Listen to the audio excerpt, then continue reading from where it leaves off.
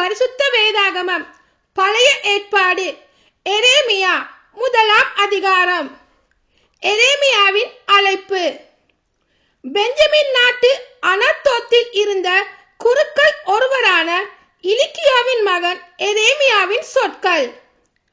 ஆமோன் மகனும் யூதா அரசனுமான யோசியாவின் காலத்தில் அவரது ஆட்சியின் 13ஆம் ஆண்டில் ஆண்டவரின் வாக்கு எரேமியாவுக்கு அருளப்பட்டது. யோசியா மகனும் யூதா அரசனுமாகிய யோயாக்கிம் காலத்திலும் யோசியா மகனும் யூதா அரசனுமாகிய செதேக்கியா ஆட்சி பெற்ற 11ஆம் ஆண்டின் இறுதி வரையிலும், அதாவது எருசலேம் மக்கள் நாடு கடத்தப்பட்ட அதே ஆண்டின் 5ஆம் மாதம் வரை ஆண்டவரின் வாக்கு அவருக்கு அருளப்பட்டது. எனக்கு அருளப்பட்ட ஆண்டவரின் வாக்கு: தாய் வயிற்றில் உன்னை நான் உருவாக்கும் முன்பே அறிந்திருந்தேன். நீ பிறக்கும் முன்பே உன்னை திருநிலைப்படுத்தினேன். மக்கள் இனங்களுக்கு இறைவாக்கினனாக உன்னை ஏற்படுத்தினேன்.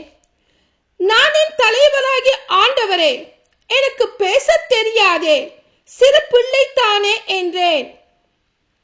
ஆண்டவர் என்னிடம் கூறியது: சிறு பிள்ளை நான் என்று சொல்லாதே. யாரிடமெல்லாம் உன்னை அனுப்புகிறேனோ அவர்களிடம் செல். எவற்றை எல்லாம் சொல்ல கட்டளை இடுகிறேனோ அவற்றை சொல். அவர்கள் முன் அஞ்சாதே, ஏனெனில் உன்னை விடுவிக்க நான் உன்னோடு இருக்கிறேன் என்கின்றார் ஆண்டவர். ஆண்டவர் தம் கையை நீட்டி என் வாயை தொட்டு என்னிடம் கூறியது: இதோ பார், என் சொற்களை உன் வாயில் வைத்துள்ளேன். பிடுங்கவும், தகர்க்கவும், அழிக்கவும், கவிழ்க்கவும், கட்டவும், நடவும். இன்று நான் உன்னை மக்களினங்கள் மேலும் அரசுகள் மேலும் பொறுப்பாளனாக ஏற்படுத்தியுள்ளேன். ஆண்டவரின் வாக்கு எனக்கு அருளப்பட்டது: எரேமியா, நீ காண்பது என்ன என்னும் கேள்வி எழ, வாதுமை மரக்கிளியை காண்கிறேன் என்றேன்.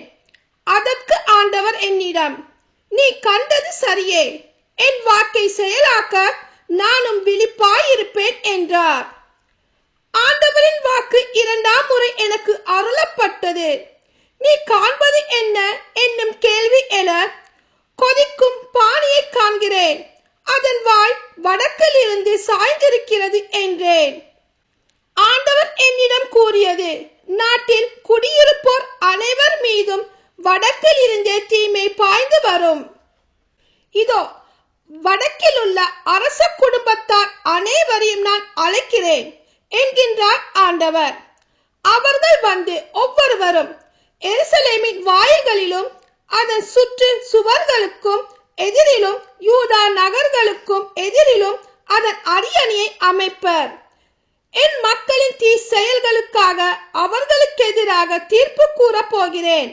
அவர்கள் என்னை புறக்கணித்தார்கள், வேற்று தெய்வங்களுக்கு தூபம் காட்டினார்கள், தங்கள் கைவேலைப்பாடுகளை வழிபட்டார்கள். நீயோ உன் இடையை வாரி கட்டிக்கொள், புறப்படு. நான் கட்டளையிடும் அனைத்தையும் அவர்களிடம் சொல். அவர்கள் முன் கலங்காதே, இல்லையே அவர்கள் முன் உன்னை கலக்கமுற செய்வேன்.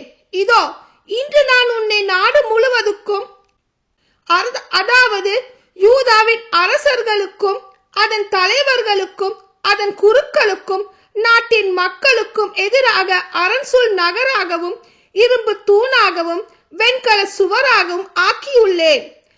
அவர்கள் உனக்கு எதிராக போராடுவார்கள், எனினும் உன்மேல் வெற்றி கொள்ள அவர்களால் இயலாது, ஏனெனில் உன்னை விடுவிக்க நான் உன்னோடு இருக்கிறேன் என்கின்றார் ஆண்டவர்.